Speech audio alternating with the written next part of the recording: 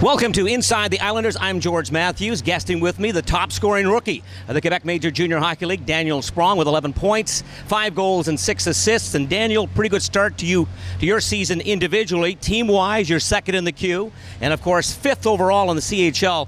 Pretty good start, as I say, individually for you and as well for your team. Yeah, it's a team effort. I'll probably not have such a good start if it wasn't for my teammates. We're playing our system that our coach wants us to play, and every game we play, we want to work and we want to win.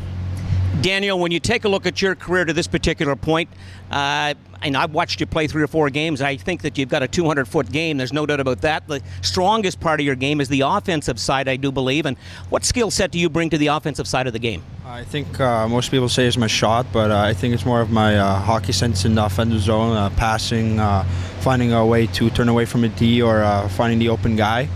And I've always been an offensive player, and I'm just trying to improve on it every day.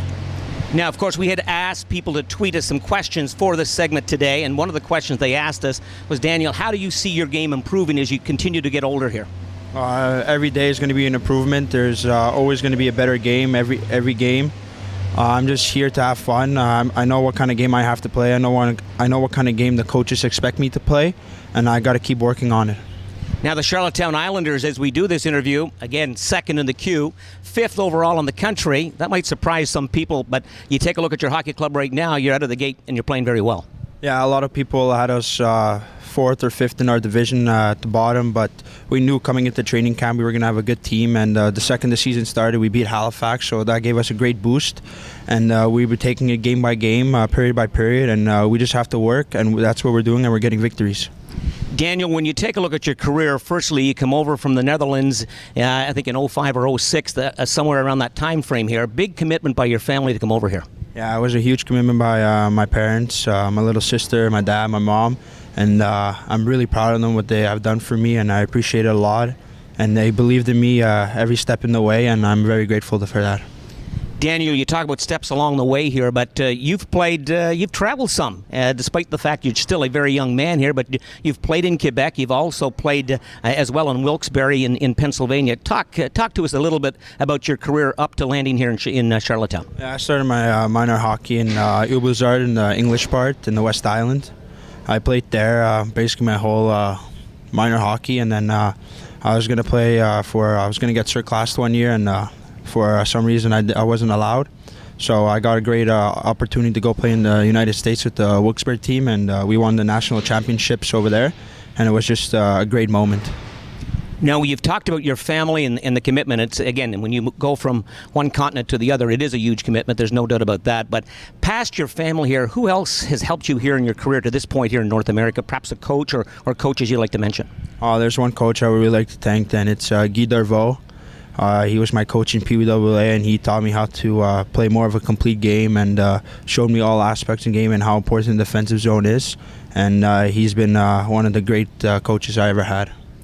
Now, of course, you've been here, as I say, in North America for almost a decade or thereabouts. And do you have a favorite team? I know some people, they tweeted in as well, and they wanted me to ask you what your favorite player or what player you might like to emulate as far as an NHL player is concerned. Do you have a favorite player or team? Yeah, I'm from Montreal, so I got to say the Habs, but I'm a Devils fan.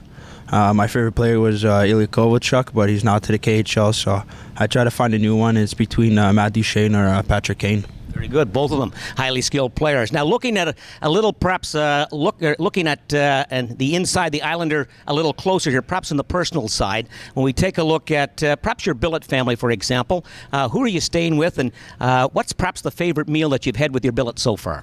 My billets I'm staying with is Paula and Thane Hansen. They have 3 little kids, and probably my favorite meal is their chili. It's good food. I enjoy it a lot, so I'm happy when she cooks that. You're new to the city, obviously, just here for a couple of months. Do you have a favorite place that you like to hang out here right now? Yeah, because I'm new to the city. Jack brought me to Maids, and their milkshakes are really good, and the food's good, so I enjoy it there a lot. Now, of course, this is not that it's the first time that you've been away from home for a period of time, but and I know that you're a hockey player and you've got education as well. Is there a hobby or things you like to do away from the rink? Yeah, I like to play golf sometimes. Finally got into it this year, and just hang out with friends. But if I'm not playing hockey, I'm watching hockey or I'm playing hockey outside, but hockey's always involved. Daniel, of course, living here on PEI, and you've lived in Quebec as well. You've got a number of possessions that you've gathered in your very young lifetime at this particular point.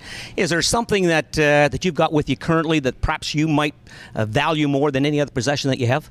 Well, currently, because I'm in PEI, it's probably my first QMJHL Junior goal puck.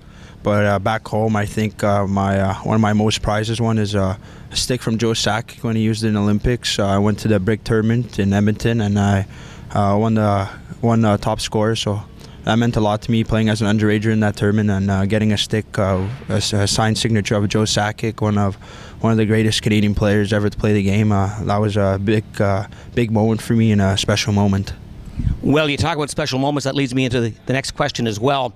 At this particular point, being drafted into the Quebec Major Junior Hockey League is obviously very high on your list here right now. But past that, is there a hockey moment that jumps out at you or stands out at you that is entrenched in your mind as perhaps one of your favorite hockey moments? Well, for me, I think last year was one of a big moment for me, breaking the 100-point mark in Espoir. Alex Killhorn, who plays from Tampa Bay, who had the record before me, and when I broke it, it was just a great feeling because I know he plays in NHL, so I know if I broke his record, it's like one little step closer to your dream. And, of course, the dream is to play in the National Hockey League. That leads me to a final question here, Daniel, that when, in fact, you do make it to the National Hockey League, and hopefully you're going to be a top pick in the NHL as well, and that benefits you, obviously the Islanders as well, but when you get that bonus signing money and you get that big check as a signing bonus, when you do get that check, is there something that you, in fact, might immediately go and purchase? I might go buy a Sea-Doo for the water. My friend lives on the water, so I might buy one and then go take it for a spin on the water. Very good, Daniel. Good luck. Thank you. This is Inside the Islanders. I'm George Mathews.